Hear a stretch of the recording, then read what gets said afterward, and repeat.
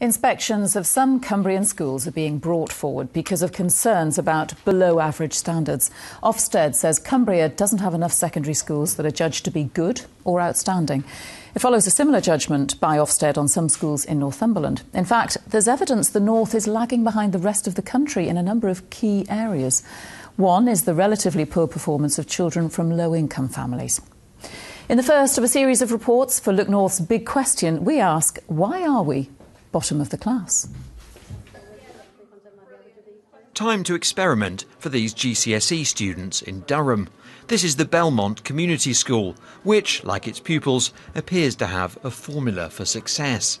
Children from all backgrounds do well, but in some other parts of the north, the picture is less positive, with those from low-income families tending to lag behind. We know that those groups start off at a lower level when they start school, so we need to really look at this across the board, from cradle to career. What can we do at every stage to ensure that those young people have all that they need to be able to progress through? Around 57% of North East children achieved 5 GCSEs, A star to C, including English and Maths, in 2012, slightly below the national average of 59%. But of pupils on free school meals, just 33% hit the target, compared to 36% across the country.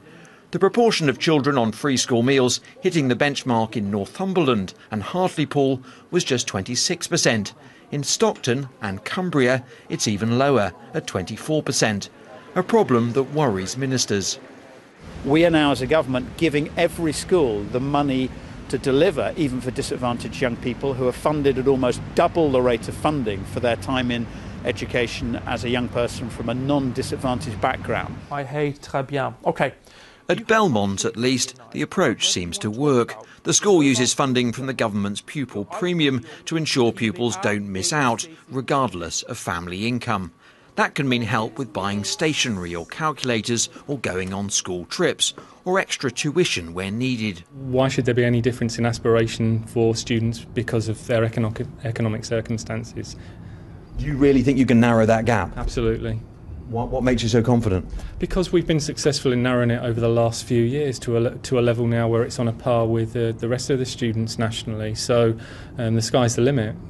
Of course, raising standards in the classroom is all very well, but it's not much good if pupils don't turn up in the first place. And truancy is a particular problem in the North East. The head teacher here says he won't tolerate it, and he's taking action. This is Kenton in Newcastle, which is using attendance officers in vehicles like this one to crack down on absenteeism. All part of a wider message that education is crucial to a pupil's prospects. They're really high-level skills now that we need, and in fact, in our region, there are lots of vacancies. There may be unemployment in some areas, but in the high-skill areas, there are vacancies, and our children need a very high level of qualification and education to meet those vacancies. And people are beginning to understand that now, but as schools, we need to lead on that and explain that to our communities.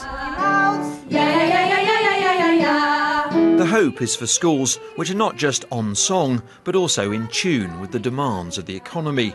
With hard work like this, it might just be possible. Walton, BBC Look North.